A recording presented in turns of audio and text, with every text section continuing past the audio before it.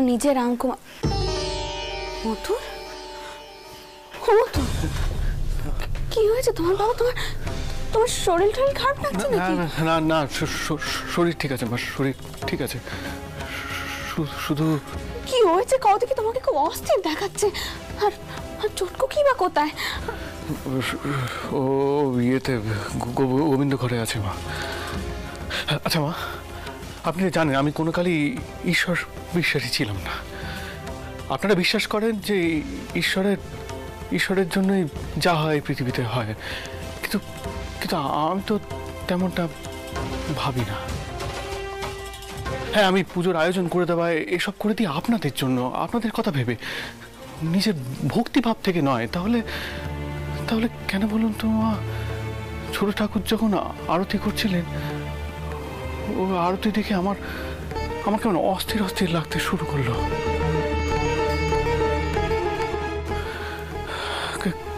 তারপর চোখ থেকে জল গড়ালো মা। এমনটা তো হওয়ার কথা নয়। আর জানেন মা, নিজের অজান্তেই ঈশ্বরের সামনে আমার হাত জড়ো হয়ে গেল।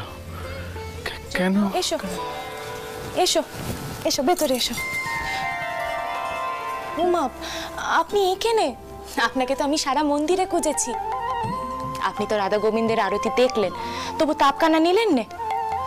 চোরটাও, তুমি তোমার সেজ বাবুর মাথায় আরতির তাপখানা একটু দিয়ে দাও দেখিনি। বেশ বেশ।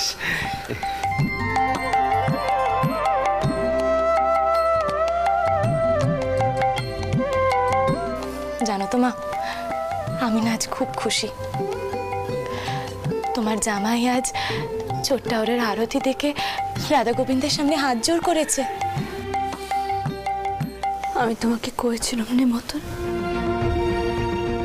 কেউ এমন একজন আসবেন যিনি তোমার মনের মধ্যে ভক্তি ভাব তৈরি করবে।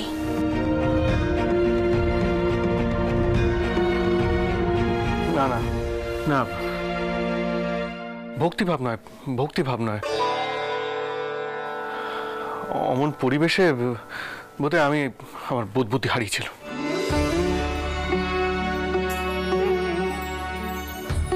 আচ্ছা মা, মল্লিক মশাইয়ের সাথে আমার কিছু কথা আছে, আমি দেখি উনি কোথায়। সেজ বাবু গো, তুমি তো দেখছি আমায় দেখে পলান দিচ্ছ গো। পাছে আমি তোমাকে গোবিন্দের কাছে নিয়ে যাই। না গো না না, সেজ বাবু আমার সে ক্যামটা নেই।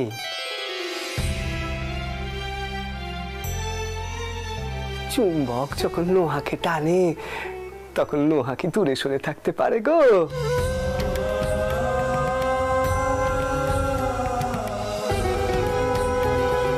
তেমনি ঈশ্বর যদি তোমাকে কাছে টানে, তোমাকে তো কাছে যেতেই হবে গো। চুম্বক যখন লোহাকে টানে, তখন লোহা কি দূরে সরে থাকতে পারে গো?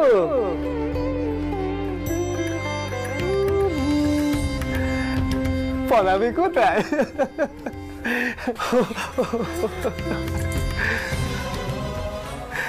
কি সুন্দর কথা কইলে গো তুমি ছোট বাচ্চাচ্ছি, কি সুন্দর কথা। আমি শুধু একখানা কথা বুঝতে পারছি না জানো, মা কাকে নিজের কাছে ডাকবেন? রামকুমার বাবু কেমন যেন দোয়াটায় কথা কইলে, তারপর তোমার হাতে ওই পদ্মখানা দেখলে, সব যেন কেমন গুলিয়ে যাচ্ছে জানো তো। তিনি এও কইলেন নতুন পূজারি নাকি খুঁজতে হবে। তুমি কি কিছু জানো এই বিষয়ে ছোট বাচ্চাচ্ছি? মা, তুমি এ কি কইছো? রামকুমার টাওরি তো পুজো করছেন, আবার নতুন পুরোহিত? দাদা অমন কথা কয়েছে বুঝি? হ্যাঁ, দাদারও কি আমার মতো মনে হচ্ছে নাকি চাকুরি করবে নে? কথা কইতে হবে, দাদার সঙ্গে কথা কইতে হবে গো। হ্যাঁ হৃদয়, ওরে দাদা কি কয়েছে শুনেছিস? হ্যাঁ আমি জানি না, আমি সত্যি জানি না মায়ের কি ইচ্ছে।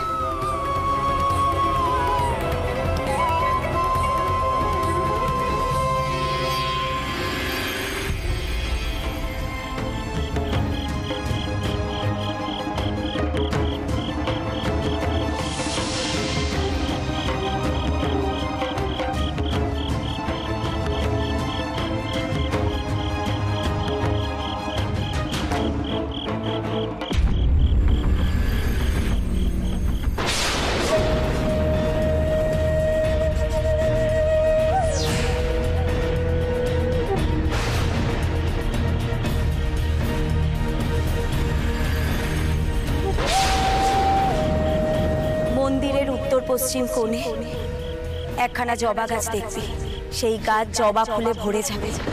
যেদিন দেখবি সেই গাছে আর একখানা জবা ফুলও নেই, জানবি এই পৃথিবীতে তোর লীলা শেষ।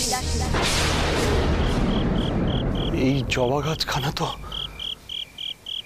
আগে এখানে দেখিনি কোনোদিন। তাহলে তাহলে কি এই জবা গাছখানাই আমার জীবন কাল বলে দিচ্ছে?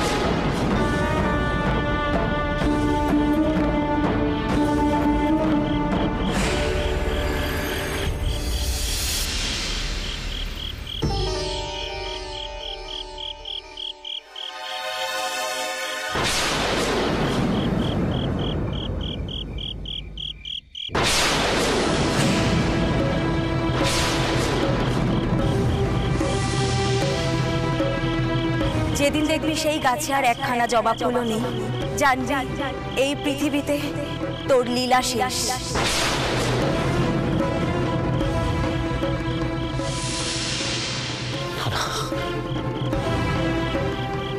আর দেরি করা যাবে না। এবার এবার আমাকে একখানা সিদ্ধান্ত নিতেই হবে, নিতেই হবে, নিতেই হবে।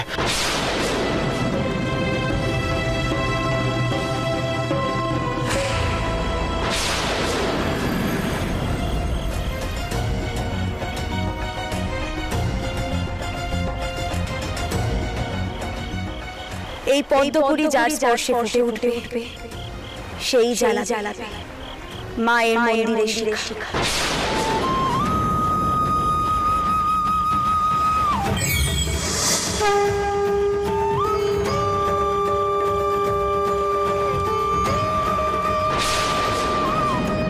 কিন্তু কথাই তো গোবিন্দ ঘরের ভার নিল, তাহলে সে তো খুবই আনন্দে আছে তার রাধা গোবিন্দকে নিয়ে। তাছাড়া গদাই তো তন্ত্র মতে দীক্ষিতও নয়, সে কি করে কালী পুজো করবে? তাহলে তাহলে সবটাই কি আমার আমার কল্পনা, নাকি আমার আমার মনটা চঞ্চল হয়ে আছে বলে আমার আমার বোধ বুদ্ধি সঠিকভাবে কাজ করছে না?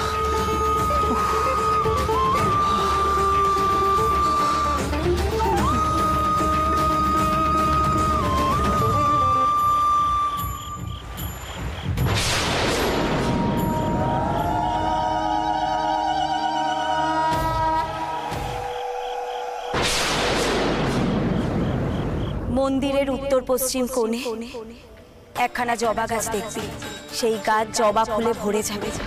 যেদিন দেখবি সেই গাছে আর একখানা জবা ফুলও নেই, জানবি এই পৃথিবীতে তোর লীলা শেষ।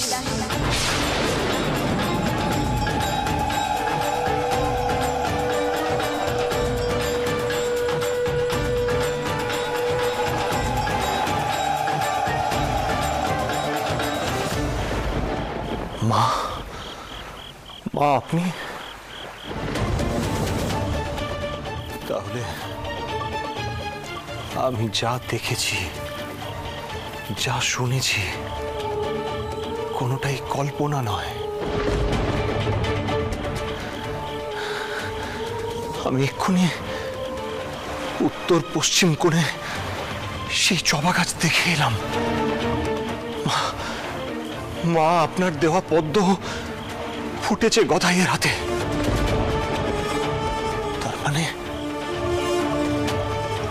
তার মানে আমার পরে কালীঘরের ভার নেবে আমার ছোট ভাই গদাই। মা মা আমি ঠিক বুঝেছি তো? হ্যাঁ রামকুমার, ঠিকই বুঝেছিস তুই।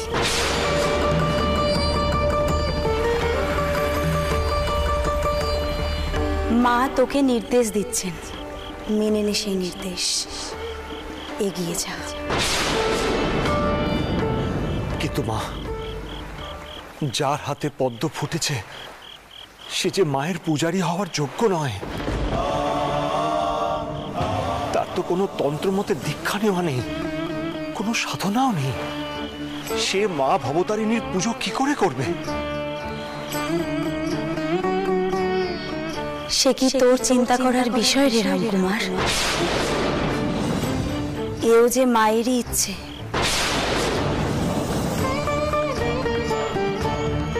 এক নতুন যুগের সূচনা হতে চলেছে এই মন্দিরে।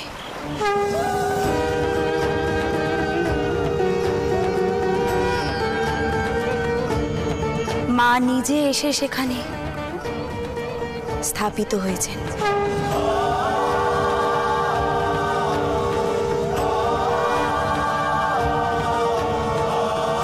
তোর ভাইকে সঠিক স্থানে নিয়ে যাওয়ার দায়িত্ব তো তোরই উপর রামকুমার।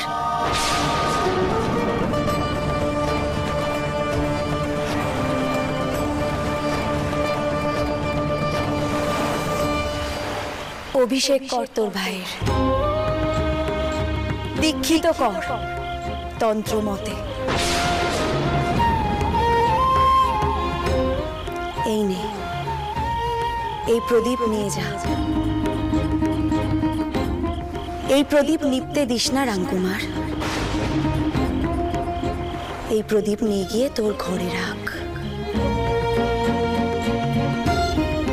স্বয়ং মা তোকে আশীর্বাদ করবে। তোর ভাইয়ের অভিষেক হলে এই প্রদীপ ভাসিয়ে দিস। আয়, নিয়ে যা এই প্রদীপ।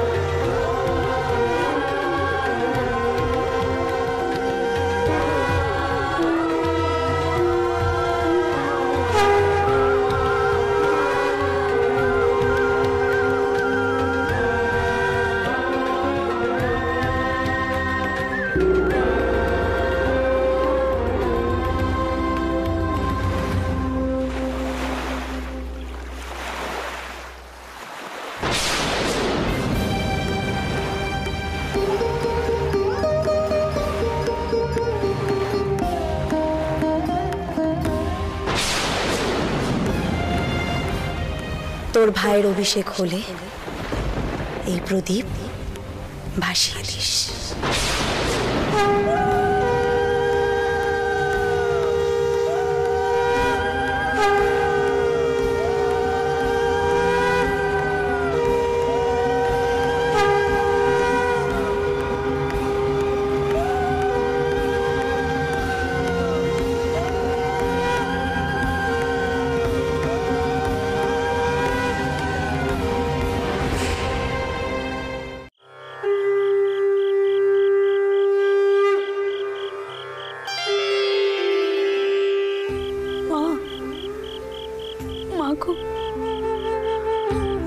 তাড়াতাড়ি পথ দেখাও মা, পথ দেখাও। তোমার পুজোর ভার এখন কে নেবে? রামকুমার ঠাকুর কেন কেন এমন দ্বারা কথা কইলে?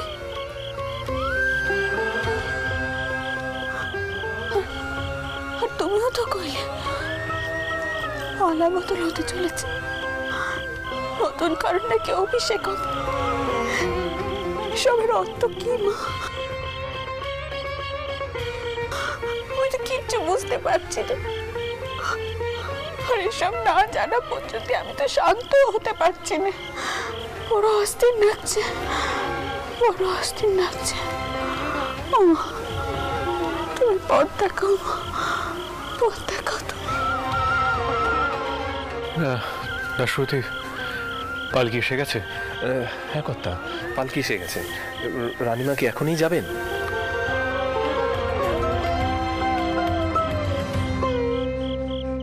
মা,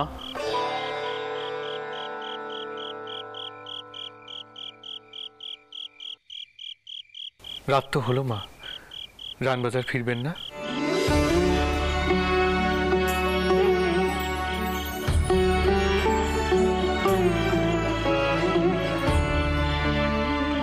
তা মতুর চটকো কি পিড়ে গেছে তো? আগে হ্যাঁ মা। আচ্ছা মতুর, তুমি আশেপাশে কোথাও রামকুমার ঠাকুরকে দেখেছো? কই না তো, ডাকবো তাকে। কি কি হয়েছে মা? আপনাকে অমন চিন্তিত দেখাচ্ছে কেন? মতুর, রামকুমার ঠাকুরের কথা শুনে আমার খুব ভয় হচ্ছে জানো তো। আর এই কথাখানা কইতেই আমি তখন সেরেস্তায় গিয়েছিলাম। তিনি কয়েছে কালীঘরের জন্য নাকি নতুন পূজারি আনতে হবে। সে কি, এই কথাখানা আপনি আগে বলেননি কেন? তাহলে চারুজ্যি মঠের সাথে কথা বলতো। তিনি তো আমাকেও কিছু স্পষ্ট করে বলেননি মতন। আর এসব কথা তখন তোমার শোনার অবস্থাতেও তুমি ছিলে না। আর ছোট বাচ্চাচ্ছিও এসব বিষয়ে কিচ্ছুটি জানেনি। চাটুজ্যে ঠাকুরের কি এখানে কোনো সমস্যা হচ্ছে আমি তো তাও বুঝতে পারছি না।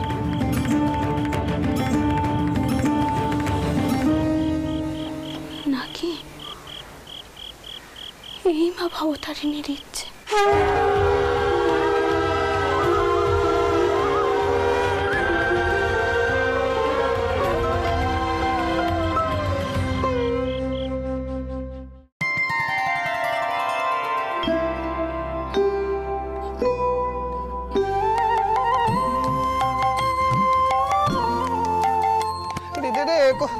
ছোট মামা এসো এসো, বসে দেখিনি। এসো বস।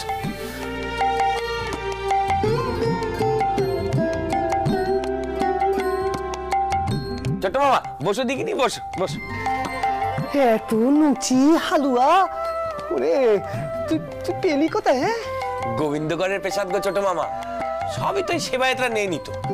আজ আমি কয়েছি আমার ছোট মামা এই ঘরের মূল পুজুরি, তাহলে পেশাদ আমাদের ঘরে আসবে না কেন? বেশ করেছিস। কালীঘরে তো কিছুই কইতে পারিনি, বড় মামা যদি দমক দেয়। ঠিক করেছিস, ঠিক করেছিস রে। তা হ্যাঁ, ওরা সব পেশাদ একা একা খায় কেন? হ্যাঁ, সকলকে দিয়ে তুই খেতে জানে না? হ্যাঁ, ক দেখিনি তুই তুই এই সব পেশাদ সকল ঘরে ঘরে দিয়েছিস তো? হ্যাঁ ওমা, সকলের ঘরে পেশাদ দিলে আমাদের কি জুটবে? আর তাছাড়া এখন এত রেতে কে আর কাচ্ছে? আমরা নয় বড় মামার জন্য অপেক্ষা করছি তাই। তুই তুই খুব স্বার্থপর, খুব স্বার্থপর তুই। কেন কেন সকলকে তুই পেশাদ দিতে পারলি না? সব পেশাদ তুই নিয়ে চলে এলি। শুনলি রে, কাল থেকে এই পেশাদ সকল ঘরে ঘরে তুই বিলি করবি, না হলে আমি এই পেশাদ নিয়ে গিয়ে কাল থেকে মন্দিরের বাইরে যারা আছে তাদের মধ্যে বিলি করে দেবো। আচ্ছা আচ্ছা আচ্ছা, ঠিক আছে বাবু, ঠিক আছে। কাল থেকে আমি সকলকে পেশাদ দিয়ে আসবো।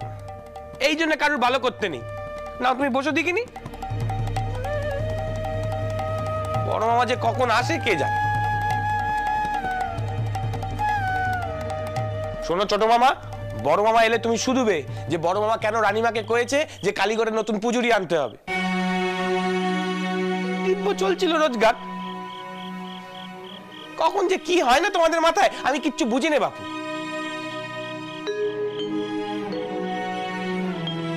বড় মামা হৃদে, এই পিদিমখানা যেন কখনো না নেবে, দেখিস।